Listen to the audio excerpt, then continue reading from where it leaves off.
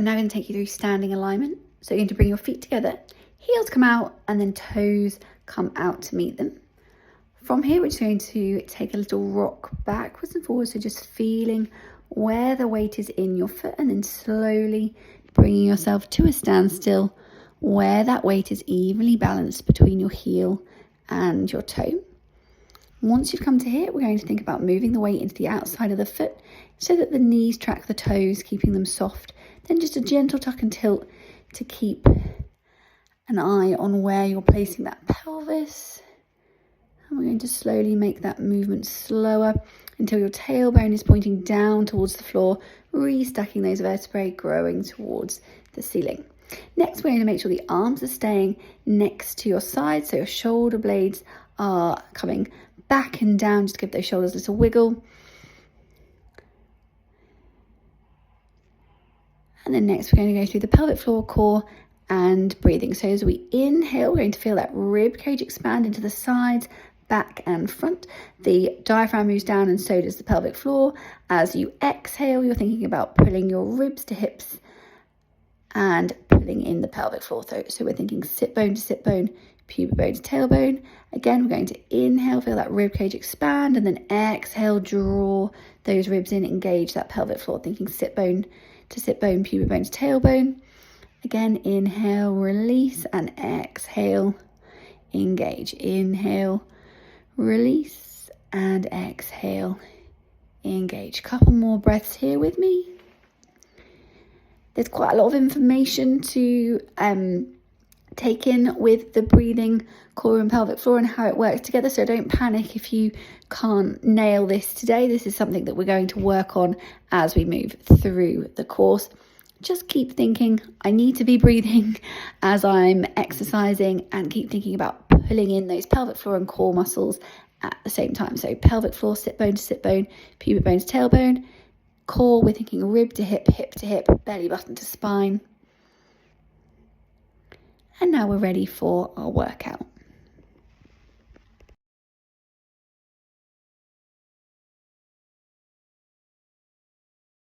I'm now going to take you through swimming on your front. So we're going to lay down on your front, bring your arms stretched out in front of you, and then we're going to lift the opposite arm and leg. As we do so, we're going to engage our core. So we're thinking about pulling our hip bones together, our ribs down towards our hips, and we're gently going to move from side to side, really stretching out through that arm and leg as you go.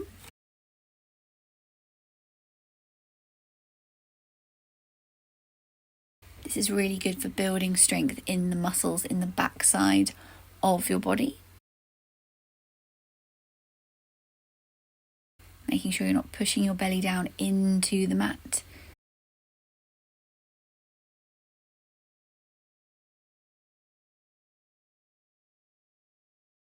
What we're going to do now is take a couple seconds rest, and then we're going to go into a flow set. So we're going to bring the opposite arm and leg up, and then we're just going to flow from side to side. So as before, we were stopping and pausing as that arm and leg lifted. Now we're just flowing from side to side.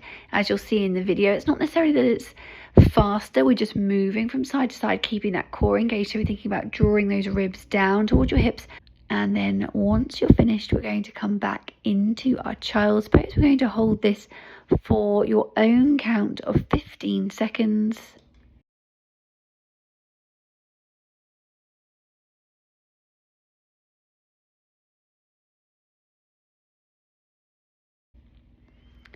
And then coming back into our rest position.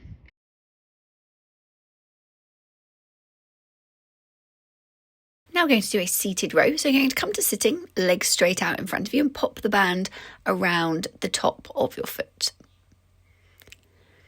Then you're just going to hold onto the band, keeping your upper body upright, head looking forward, and you're just going to pull the band back so your elbows just come slightly past your body.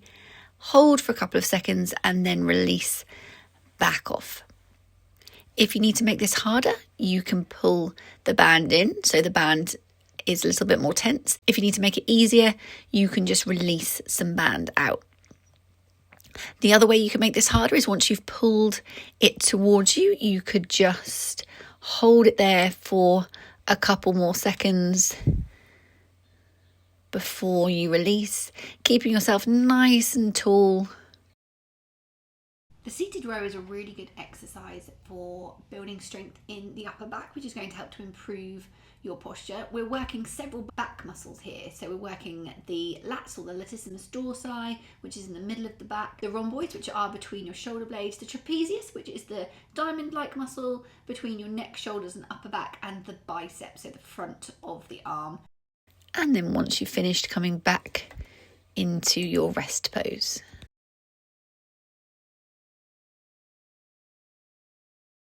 This next move is cat flap letterbox, which is a great core exercise. So we're going to come to lying down on our backs, feet are hip distance apart, flat on the floor.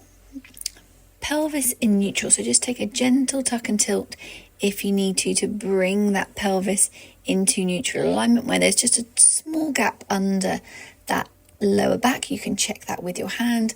Palms are facing up so you can't push down into your upper body, and your knees are going to be above your hips. So we're keeping our legs in what we call our tabletop position.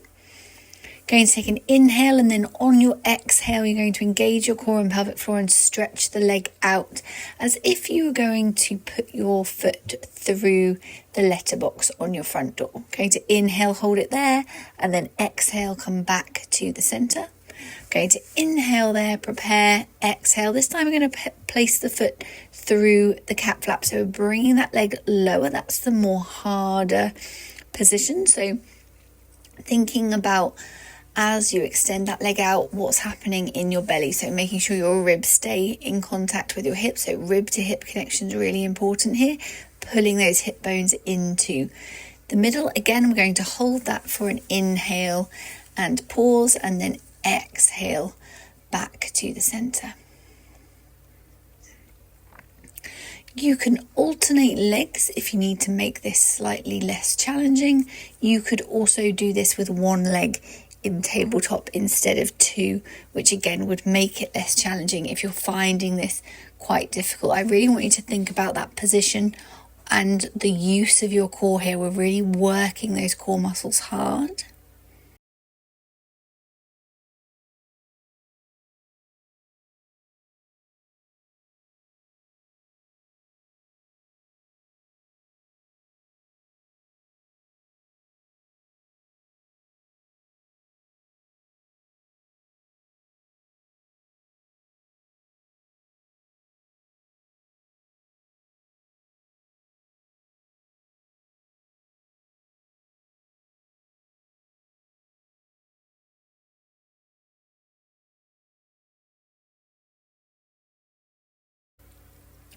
And once you've finished one leg, we're going to move to the other leg, exactly the same. So exhale, taking the leg away from the body, up as if you're going to post your foot through the letterbox, holding for an inhale, and then exhale, returning to your starting tabletop position.